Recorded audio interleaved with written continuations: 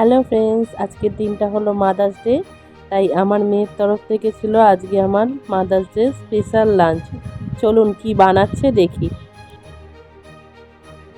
Mother's day উপলক্ষে আমার মেয়ে আমার জন্য বানাচ্ছিল চিকেন কষা, আর পায়েসটা পারে না কিন্তু আমাকে একটু দেখিয়ে দিতে হয়েছিল।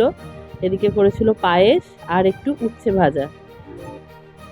এদিকে চিকেনটা যা হচ্ছে না, দেখেই তো মনে হচ্ছে দারুণ হবে। দেখা যাক, খেতে বসে দেখবো কি হয়েছে, কারণ রান্নাঘরে আমায় থাকতে দিতে চাইছে না। এদিকে রান্না সব রেডি হয়ে গেছে, তো এটা ও আমার জন্য ভাতটা বেড়েছিল।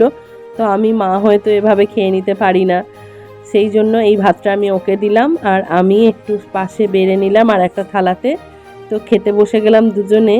তো এক কথায় বলবো, চিকেন কষাটা অসাধারণ। থ্যাংক ইউ আমার মাদার্স ডের দিনটা এত সুন্দর স্পেশাল করে তোলার জন্য। এটাই আমার কাছে সব থেকে পরম পাওয়া।